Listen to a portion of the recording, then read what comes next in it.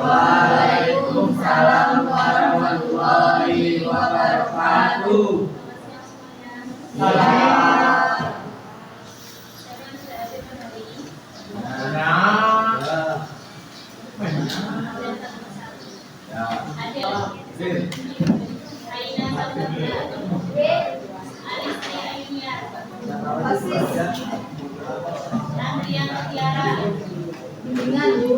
Silakan dibuka bukunya halaman 265. Peradaban Islam Lu kan nanya, saya kira enggak siapa dong?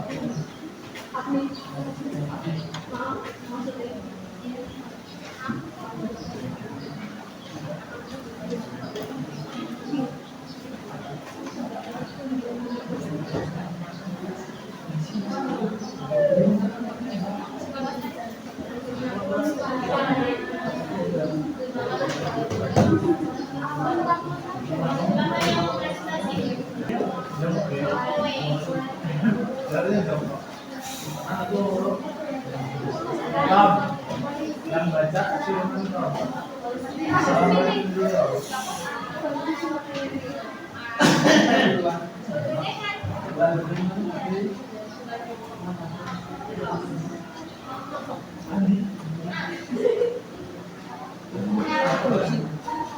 Assalamualaikum warahmatullahi wabarakatuh. Waalaikumsalam warahmatullahi wabarakatuh. Ini saya akan mempresentasikan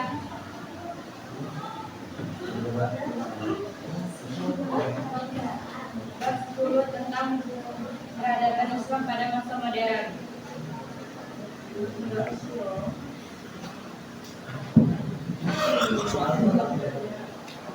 Layaknya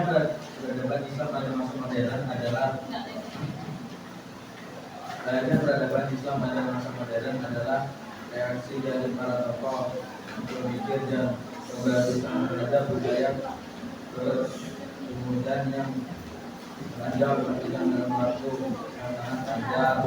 Berbagai analisis dari para tokoh pemikir Islam menghiasi dan mewalak pentingnya tentang faktor-faktor penyebabnya. Kondisi peradaban modern.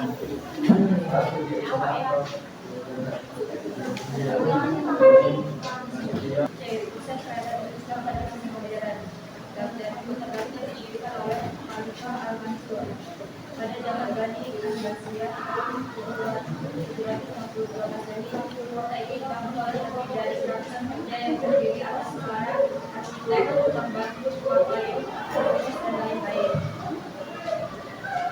Baik, ada yang pertanyaan?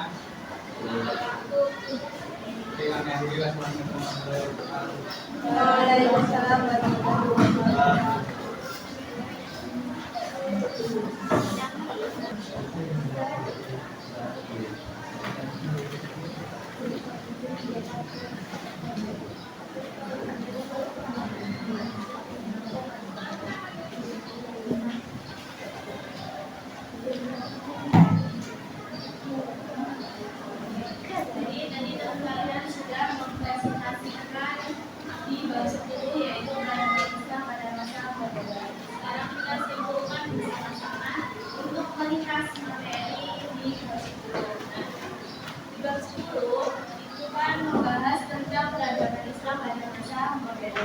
Sebelum kita membahas pada modern, sebelumnya ada dua periode. Ada yang pertama, periode pertama periode apa? Ada yang tahu?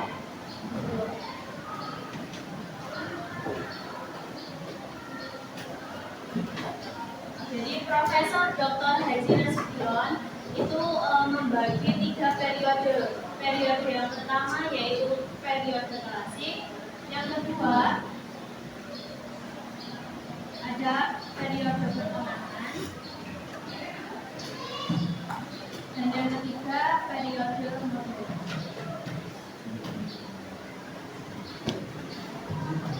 Ada yang tahu periode klasik ini masanya masa apa?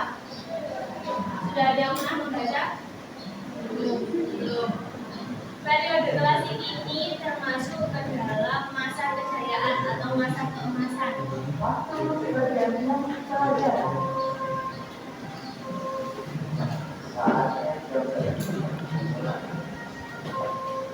Jadi pada zaman itu, pada periode klasik, umat Islam itu mengalami kejayaan atau keemasan pada ilmu pengetahuan dan teknologi, kemudian arsitekturnya. Jadi pada saat itu, umat Islam itu mengalami kenaikan yang sangat pesat di berbagai antaranya. Kemudian yang kedua, periode pertengahan.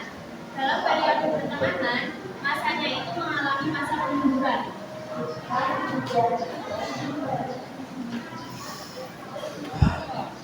Jadi setelah mengalami periode klasik, masa kejayaan, pada periode yang kedua, umat Islam juga mengalami masa kemunduran, di mana pada masa kemunduran itu, kekuasaannya itu mulai terpecah.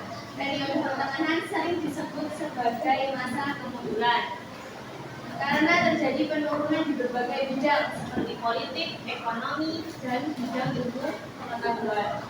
Kemudian yang ketiga, ini tadi sudah dijelaskan oleh teman-teman kalian mengenai periode modern. Ada yang bisa mengulik sedikit tentang periode modern tadi? Yang bisa katakannya?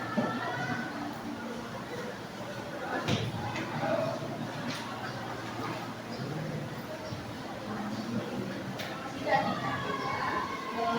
Apabila ini sangat penting bagi kalian untuk menjalani kelas, silahkan dirangkum atau dicatat di materi bab 10 karena ini tentang sejarah Islam. Nah, kita memasuki materi yang ketiga, yaitu periode modern.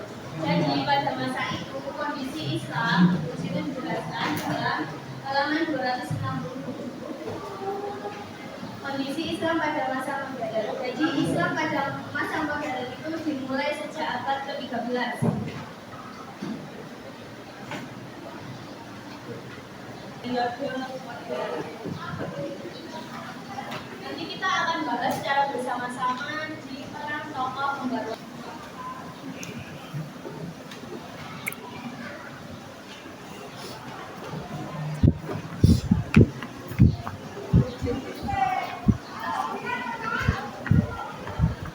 Ada berapa pusat peradaban Islam pada masa modern?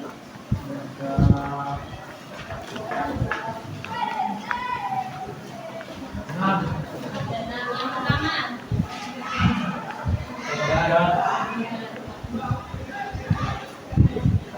atau Irak. Yang pertama itu pemikirannya. Tiga pemikiran Muhammad Al-Pasha yang kedua. Yang kedua.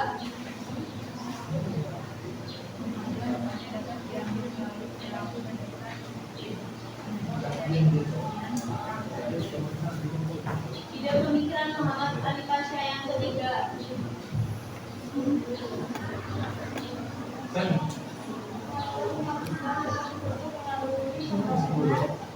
Kekuatan militer Islam tidak pemerintahan ekonomi dan pendidikan.